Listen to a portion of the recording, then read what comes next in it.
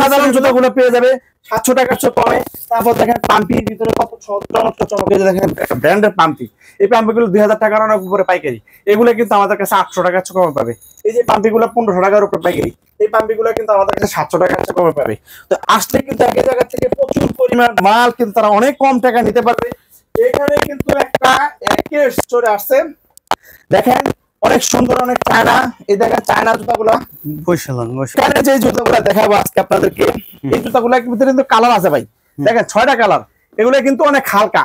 এটির ভিতরে কিন্তু একটা আছে বাংলাদেশে তৈরি করে, এগুলো ঢালাই সোল, অনেক ভারী সোল, কয়েকদিন পরে এটা ফাঁক হয়ে যায়।